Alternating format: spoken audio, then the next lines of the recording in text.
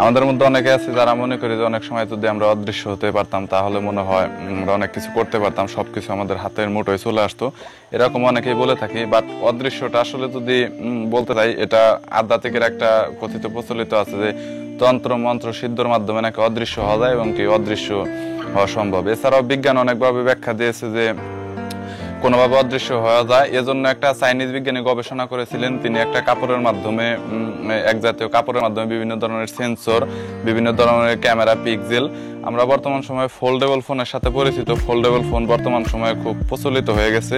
Foldable ফোনটা আমরা প্রায় সময় দেখে থাকি যে যেটা বাস করা ডিসপ্লে। ফোল্ডেবল ফোনের মতো করে পিক্সেল তৈরি করে যেটাকে নরম সূক্ষ্মভাবে একদম পিক্সেলের মাধ্যমে, ক্যামেরার মাধ্যমে সেটা দিয়ে অদৃশ্য হওয়ার প্রকোপটা ধারণ করেছিল চাইনিজ কিছু বিজ্ঞানীরা, তবে তারা ফুল সক্ষম হয়নি সেই ক্ষেত্রে। আবার কিছু কিছু আধ্যাত্মিক ভাষায় বলা যায় যে যে কোনো কিছু পরিধান করে অদৃশ্য হওয়াটা সম্ভব। তবে এর মধ্যে আপনারা সবাই জানেন যে কামরূপ কামাখ্যা এছাড়াও বিভিন্ন ধরনের যেগুলো রয়েছে, সাধারণত নর্মালি আধ্যাত্মিকে যারা থাকে তারা নাকি বিভিন্ন তন্ত্রমন্ত্র ব্যবহার করে অদৃশ্য হতে পারে।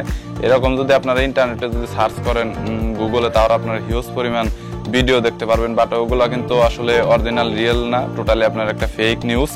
আধ্যাত্মিকের যে কথাটা রয়েছে এগুলো যদিও হয়, সেটা আসলে আমার বেসিক ওটার সম্বন্ধে কোনো ধারণা নেই।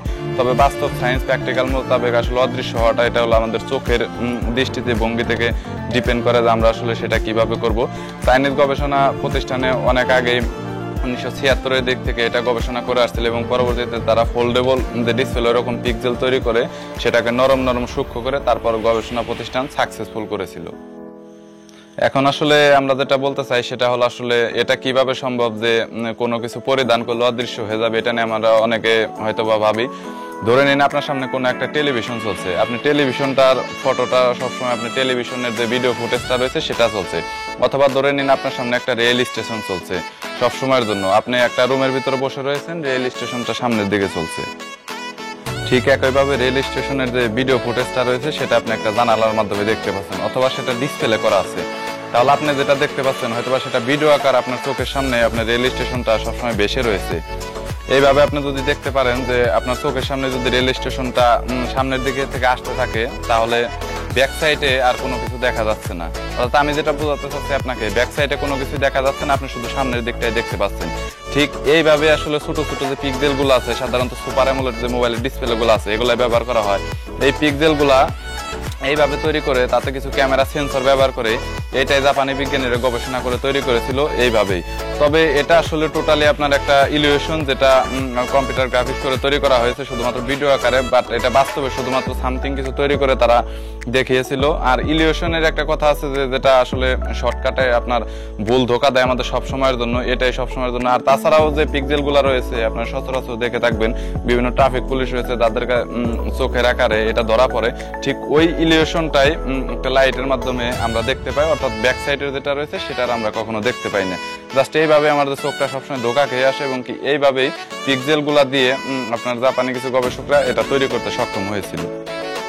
ঠিক একইভাবে এইভাবে যদি একটা রোবটের মতো পিক্সেল দ্বারা যদি একটা বডি তৈরি করা হয়, তাহলে সেই বডির ভিতরে যদি মানুষ কখন প্রবেশ করতে পারে, তাহলে সেটা ক্ষুদ্র ক্ষুদ্র পিক্সেলে সামনের দিক থেকে আপনাকে ডিসপ্লে দেখাবে এবং ব্যাক সাইড থেকে ক্যামেরা তৈরি করে সেটা আপনি শুধুমাত্র সামনের দিকে দেখতে পারবেন।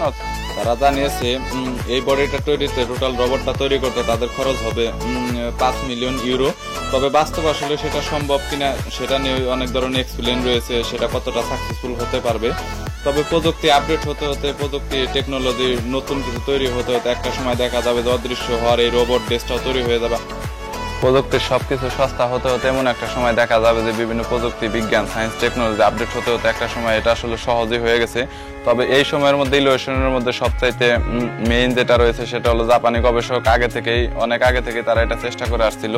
হয়তোবা প্রযুক্তির গবেষণা হতে হতে এমন একটা সময় এই ধরনের রোবট মেক করা সম্ভব হবে এবং বাস্তবে যেটা অদৃশ্য যে রূপটা সেটা আসলে দেওয়াটা পসিবল। ভিডিওটা পর্যন্ত, ভিডিওটা যদি ভালো লাগে তাহলে একটা লাইক দিবেন, যদি কোনো কমেন্টস থাকে কমেন্ট বক্সে জানাবেন, আর চ্যানেলটা সবাই সাবস্ক্রাইব করবেন। এছাড়াও আমাদের the voice TV Facebook page রয়েছে, যদি কোনো কমেন্টস আরও থাকে সেখানে গিয়ে আমাদের নক দিতে পারেন। সবাই ভালো থাকুন, সুস্থ